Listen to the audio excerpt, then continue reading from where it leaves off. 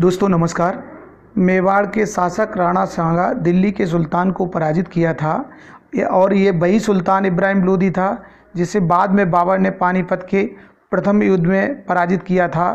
राणा सांगा महाराणा प्रताप की पुरानी विरासत थे, उनके पिताजी के पिताजी थे और बहुत बहादुरी में उनका नाम था।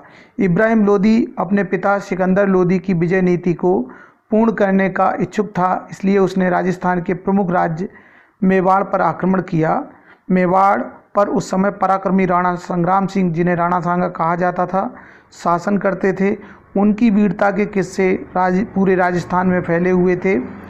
राणा सांगा को परास्त किए बिना सुल्तान इब्राहिम लोदी को मध्य भारत में अपना प्रभुत्व स्थापित करने की आशा नहीं थी, इसलिए उसने मियाँ मक्खन के सेनापतित्व में एक शक्तिशाली सेना भेजी।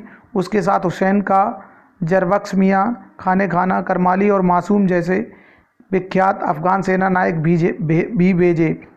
सुल्तान की आक्रमणकारी सेना में 30,000 घुड़सवार सैनिक और 300 हाथी थे। जैसे ही वे मेवाड़ की सीमा पर पहुँचे, राणा सांगा ने उनका मुकाबला किया और मेवाड़ के वर्तमान जिला आसिंद में स्थित बकरौल के निकट पूरी सुल्तान की सेना को पराजित कर दिया। इस युद्ध में दिल्ली के सुल्तान इब्राहिम लोदी की सेना का भयंकर संहार हुआ। सेनापति मियाँ मक्खन और उसके सैनिक घबराकर भाग खड़े हुए, किंतु राजपूत सैनिकों ने घाटोली के निकट आक्रमण कर दिया और बड़ी संख्या में उन्हें मार दिया और बाकी को भगा दिया।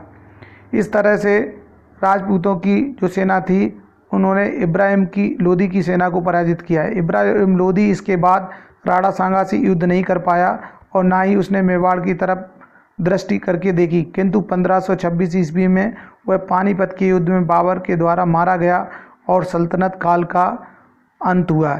इसके बाद कोई भी शासक सुल्तान नहीं बना। अगर ये जानकारी अच्छी लगी हो तो कृपया शेयर करें और इस चैनल को सब्सक्राइब करने का भी निवेदन है। आप सभी का बहुत बहुत धन्यवाद।